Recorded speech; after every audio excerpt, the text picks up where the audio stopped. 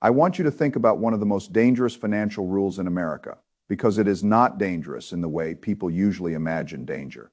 It does not arrive as a market crash. It does not arrive as a bad investment. It does not arrive as one large bill that you can see coming. It arrives quietly after a lifetime of doing what many people think is responsible. You work, you save, you buy a home, you help your children and grandchildren when they need help. You give gifts at holidays, you try to leave something behind. Then one day, late in life, when your health changes and you need long-term care, the system looks backward over the previous 5 years and decides that what you thought was generosity was actually a penalty event. That is why I want you to understand the Medicaid 5-year look back. The name sounds technical and harmless, but it is not harmless. It is not really about looking back. It is about deciding whether the money you moved, the checks you wrote, the car you signed over, the help you gave to family, and the house you hope to protect will now be used against you at the exact moment when you are least able to fix it. If you are 65 or older, if you own a home, if you have savings, if you have children, or if your parents are getting older, this is one of those rules you cannot afford to discover after the fact, because by the time most families discover it, the clock has already beaten them. The rule works like this: if you eventually need long-term nursing home care, and that care costs more than $108,000 per year on average, most families cannot pay that bill for very long. Even people who spent their whole lives saving carefully can be consumed by that number. A few years in a facility can drain cash, investments, and retirement accounts that took decades to build. So when the private money runs low, people apply for Medicaid. That is when the real examination begins. Before Medicaid pays, a caseworker can review bank statements, property records, gifts, transfers, and asset movements. Going back 60 months, 5 full years, the system is not only asking what you own today, it is asking what you used to own, where it went, who received it, and whether Medicaid believes that transfer should count against you. That is the part many people miss. They think, I do not have much money left, so Medicaid will help. But Medicaid does not only look at what remains, it asks whether assets were transferred away before the application. And if the state can impose a penalty period. That penalty is not a fine in the ordinary sense. It is much more dangerous than a fine. The state takes the total amount of non-exempt transfers made during the look-back period and divides it by a number called the regional penalty divisor. In many places, that divisor sits around $10,000 or $12,000 per month. Though it varies by state, the result is the number of months Medicaid will refuse to pay. So imagine a person gave away money over time, not because they were trying to hide assets, but because they were helping family. Maybe they helped a grandchild. Maybe they helped with a car repair. Maybe they paid for part of a wedding. Maybe they gave holiday checks. Then they need care. The state adds up those gifts and says, based on this amount, you are ineligible for Medicaid for a certain number of months during that time. The nursing home still wants to be paid. The bill keeps coming. The facility is not going to say, I understand that the penalty period is inconvenient. It will expect payment. That is the trap. You no longer have the transferred money, so you cannot pay. But because you transferred the money, Medicaid will not pay either. That gap is where families get destroyed, and when the bill cannot be paid, the first major asset in the line of fire is usually the house. Most people misunderstand this because they confuse tax law with Medicaid law. They hear that the IRS allows an annual gift exclusion. They hear a number like $19,000 per recipient, and they conclude that if a gift is allowed under tax law, it must also be safe under Medicaid. That is a very dangerous assumption. The IRS and Medicaid are not the same system. They have different purposes. They have different rules. They do not define the same transfer the same way. A gift can be perfectly legal for federal tax purposes and still create a Medicaid penalty. That distinction is where many decent families make a very expensive mistake. A grandfather writes a check to a granddaughter at Christmas. A mother helps her adult son through a difficult month. A retired couple helps pay college tuition. A parent sells an old car to a nephew for $1. A widow forgives a family loan because she does not want to fight with her children. Under ordinary family logic, these things can feel normal. Under Medicaid logic, they may be treated as uncompensated transfers. The system does not care that it was a birthday. It does not care that it was a holiday. It does not care that you did not know. It does not care that the IRS did not object. It cares whether value left your estate during the look-back period and whether you received fair market value in return. That is the machine. And machines do not become sympathetic because the facts are emotionally understandable. They follow rules. That is why this is so dangerous for seniors who live normal, generous lives. Most of them were never trying to game anything. They were simply behaving the way parents and grandparents behave. They helped, they gave, they trusted that if something was permitted in ordinary life, it would not later become a legal and financial trap. But systems punish misunderstanding, not just fraud. That is a principle I have learned over and over in markets, economies, and governments. When you do not understand the system, you can lose even when you believed you were acting honorably. Now consider what happens when a married couple is involved. Many people believe the healthy spouse is fully protected if the other spouse enters a nursing home. There is some protection, but it is far narrower than most people think. The protection is called the Community Spouse Resource Allowance. In 2026, the maximum amount of countable assets the spouse at home can keep is $157,920. When people hear that number, they often think it sounds large, but you must think about what that number has to do. It is not vacation money. It is not excess money. It is the reserve for the healthy spouse's life. It must cover property taxes, insurance, repairs, food, transportation, medications, Medicare premiums, emergencies, and everything else that can happen over the next 10, 15, or 20 years. When you spread that amount over a long life expectancy, it becomes much smaller than it looks. At the same time, the spouse in care may be in a facility costing more than $9,000 per month. This creates a cruel imbalance. The institutional care bill is enormous and immediate. The healthy spouse's allowed reserve must last for years. Families look at the rule and say, how can this possibly work? The answer is that it was not designed to protect comfort. It was designed to determine eligibility. There's a big difference between those two things. The state is not asking whether the spouse at home will feel financially secure. It is asking whether the applicant meets the rules. That is why relying on hope is not a plan. Then there is the house. This is the emotional center of the whole problem. For many families, the house is not just an asset. It is the place where children grew up. It is the one thing the parents believe they can leave behind. It is the anchor of the family balance sheet. And many seniors believe the house is safe because Medicaid does not force them to sell it while they are alive and living in it, or while a protected spouse continues to live there. That belief is only partly true. The house may be exempt while the person is alive under certain rules, but that does not mean the house is permanently protected. After the Medicaid recipient dies, the Medicaid estate recovery program can begin.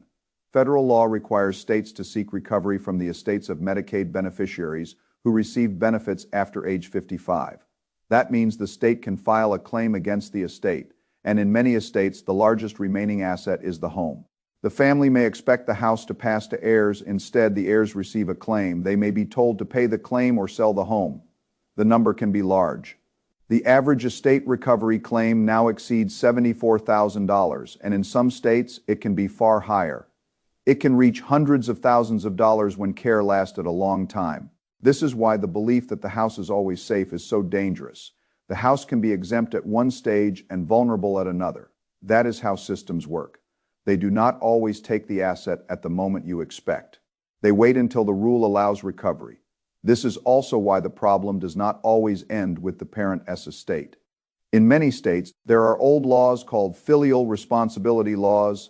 These laws can allow adult children to be held responsible for a parent's unpaid care bills. For decades, many people ignored these laws because they were not often used. But old laws do not disappear just because people stop thinking about them. They can come back when the incentives change, when nursing homes cannot collect, when estates are insufficient, when state recovery does not cover the bill. The pressure moves somewhere else. And sometimes that pressure moves to the adult children. That is the part many families cannot believe until a letter arrives. They thought long-term care was the parent's problem. Then they discover it can become an estate problem. Then they discover it can become a children's problem. In system terms, the liability searches for a balance sheet. It looks for somewhere to land. Let me make this concrete. Imagine a widow in Ohio. She is 78 years old. Over 4 years, she gives $45,000 to her daughter. Not in one dramatic transfer. Not in a secret offshore arrangement, just birthday checks, holiday help, and support during family needs. Then in month 47, she enters a nursing home. The state reviews the previous 60 months. The $45,000 is counted. The state divides that amount by the Ohio penalty divisor, which in the example is $7,463 per month. That creates roughly a 6-month penalty. During those 6 months, Medicaid does not pay. The nursing home charges $9,200 per month. The bill becomes $55,200. She does not have that money. A lien is placed against the house. She dies 8 months later. Then estate recovery produces an additional claim for care costs. The daughter receives a letter explaining that the house may be sold by court order. What destroyed that family was not one reckless decision. It was the interaction between ordinary transfers, timing, long-term care costs, Medicaid rules, and estate recovery. That is how these traps usually work. They are rarely one thing. They are a chain. A transfer creates a penalty creates an unpaid bill creates a lien, a death activates estate recovery targets the home sale destroys the inheritance. And in some states, whatever remains can move toward the children. If you only look at one link, you do not understand the chain. The chain is the risk. Now, there are strategies that attorneys sometimes use when the family is already in trouble. One is sometimes called the half-a-loaf strategy. The idea is that if there is no 5-year planning runway left, a family may give away part of the assets and use the remaining part to pay through the penalty period created by the gift. It does not save everything. It is not ideal. It is a damage control strategy. It requires timing. It requires precision. It requires someone who knows Medicaid planning in that state. And it generally must be done before the Medicaid application is filed. Once the application is filed, the strategy may no longer work. This matters because many people wait until the hospital discharge planner tells them that a nursing home is needed. That is when the family starts asking questions. At that point, many of the best options are gone. The most powerful planning must be done before the crisis. That is an uncomfortable truth, but it is the truth. The families who lose the most are often not the families who had no assets. They are the families who had assets but no plan. They had a will. They had a power of attorney. They had good intentions, but they did not have a Medicaid plan. And a will does not solve a Medicaid problem. A will says where assets go after death. It does not stop those assets from being consumed or recovered before they ever reach the heirs. That is why the document I want you to know by name is so important. It is called a Medicaid Asset Protection Trust. In some states, there is also a document for the home called a Lady Bird deed. It is available in states including Florida, Texas, Michigan, West Virginia, and Vermont. And it can accomplish part of the protection for the home specifically. But the broader planning tool is the Medicaid Asset Protection Trust. It is an irrevocable trust. That word matters. Irrevocable means you cannot simply take everything back whenever you feel like it. If you could freely take the assets back, Medicaid would usually treat them as still available to you. So the trust has to be structured correctly. The house, savings, and investments that are moved into the trust are no longer owned directly by you. The trust owns them depending on the structure. You may still live in the house. You may still receive certain income from trust assets, but you do not have unrestricted access to take the assets back. That loss of control is why many people hesitate. It is also why the planning works when done correctly after the trust has been funded and the 5-year look-back period has passed. The assets inside the trust may no longer be counted for Medicaid eligibility. The look-back can no longer reach them because the clock has run. Estate recovery may not be able to reach them because they are not passing through the estate in the ordinary way. The house can pass to heirs outside of probate and outside of the recovery process if the trust is properly drafted and funded. But the key phrase is properly drafted and funded. It is not enough to sign the trust. Assets must actually move into it. The 5-year clock does not begin when you think about planning. It does not begin when you call a lawyer. It does not begin when you schedule a meeting. It begins when the assets are transferred into the trust. That is why delay is so expensive. Every day you wait is one more day before the clock starts. And if care is needed before the 5 years have passed, the protection may be incomplete. This is one of the reasons many ordinary estate plans fail. A senior walks into an attorney's office and says, "I need a will." The attorney prepares a will. Maybe the attorney prepares a power of attorney and healthcare directive. Those documents can be useful, but if nobody discusses long-term care, Medicaid eligibility, the look-back period, and estate recovery, the core risk remains untouched. A standard will may cost a few $100s. A Medicaid Asset Protection Trust can cost thousands, often between $4,000 and $12,000 when done correctly. That feels expensive until you compare it to 1 year of nursing home care or one estate recovery claim against the house. The problem is that people compare the trust to a cheaper will. That is the wrong comparison. You compare the trust to the cost of losing the house. You compare it to years of care costs. You compare it to the inheritance being redirected to the state when you frame it that way. The math looks very different, but you must ask the right question. A general estate attorney may not bring it up. Some attorneys do not specialize in this. Some may prepare wills all day and rarely do sophisticated Medicaid planning. That does not mean they are bad attorneys. It means you need the right kind of expertise for the specific risk. The credential to look for is Certified Elder Law Attorney, often shortened to CELA. You want someone whose practice is built around elder law and Medicaid planning, not just general documents. This is a specialized area. The rules vary by state.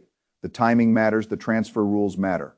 The deed matters, the trust language matters, the income rights matter, the spouse's rights matter, the order of operations matters, and when the order of operations is wrong, the family can lose options permanently. So if I were approaching this problem in a practical way, I would not begin with emotion. I would begin with inventory. I would pull the last 60 months of bank statements and look for transfers to family members. I would not do this to blame anyone. I would do it to understand exposure. What checks were written, what cars were transferred, what loans were forgiven, what tuition was paid, what property changed hands, what charitable gifts were made. Which transfers might Medicaid question? You cannot manage what you refuse to see. That is a principle in investing. It is also a principle in family planning. Then I would locate a qualified elder law attorney, not a friend who did a real estate closing, not the lawyer who wrote a simple, 20 years ago, a specialist. I would ask directly about a Medicaid asset protection trust. I would ask whether a ladybird deed is available in my state and whether it makes sense for the home. I would ask how the house should be titled. I would ask what happens to income.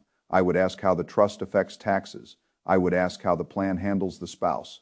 I would ask how the plan handles the 5-year look back. I would ask what happens if care is needed in year 2, year 3, or year 4.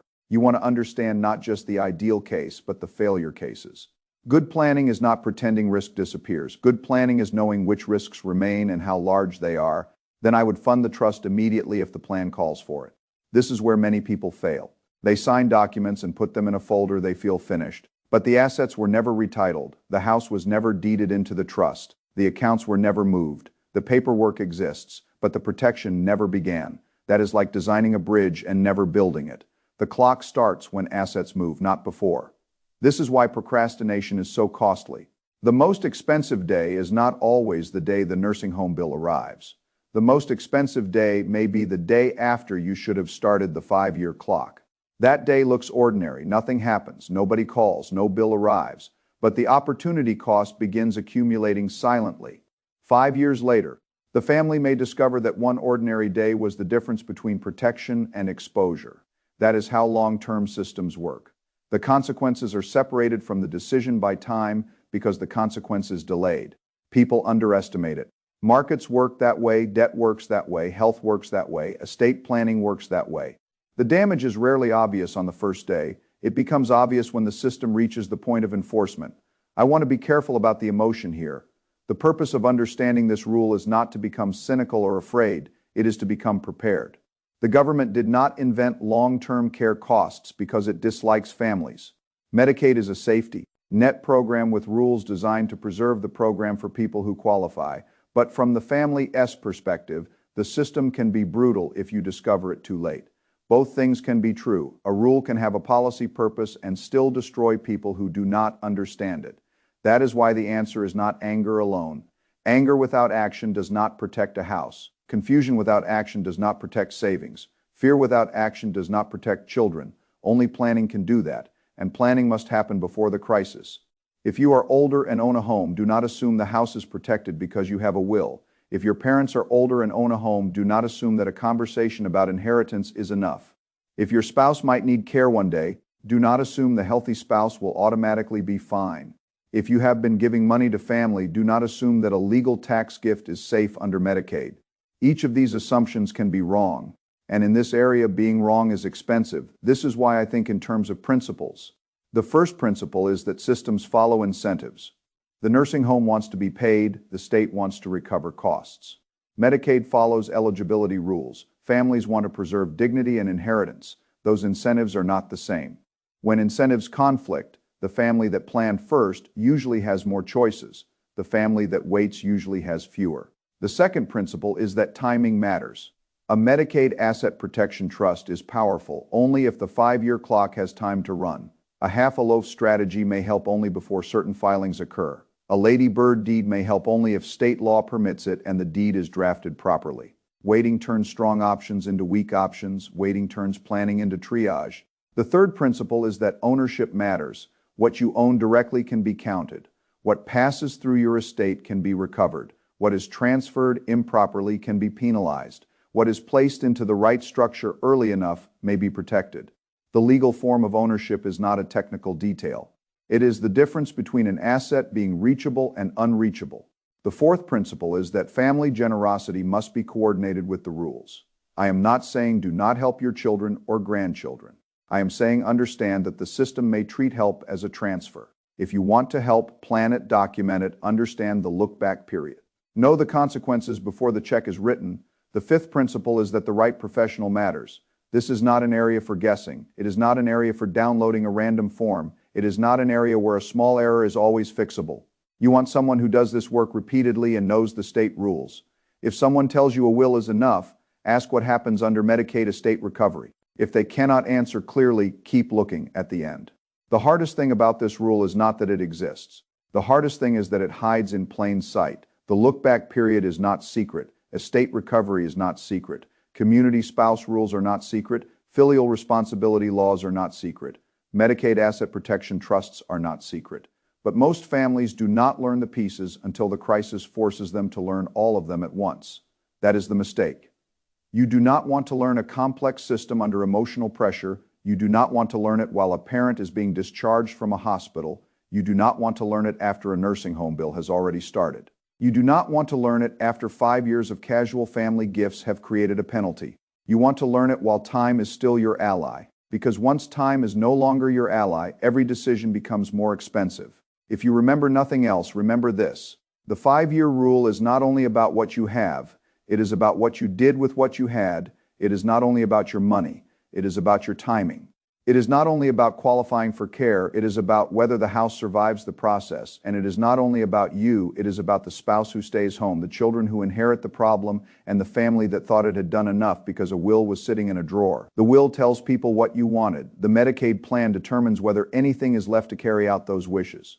Those are not the same thing. So do not wait for the crisis. Do not wait until care is needed. Do not wait until the hospital gives you a list of facilities. Do not wait until the first nursing home bill arrives. Do not wait until the state starts asking for bank statements. Find the transfers. Find the right attorney. Ask for the Medicaid Asset Protection Trust by name. Ask about the Lady Bird deed if you live in a state where it applies. Fund the trust if that is the right strategy. Start the 5-year clock. Tell your adult children what the rule is, because this is not only an aging issue, it is a family balance sheet issue. The people who survive systems are not always the smartest people. They are often the people who understand the rules before the rules are enforced. That is the difference here. Most families do not lose the house because they were careless. They lose it because they were late. And in this system, late can be the most expensive word in the English language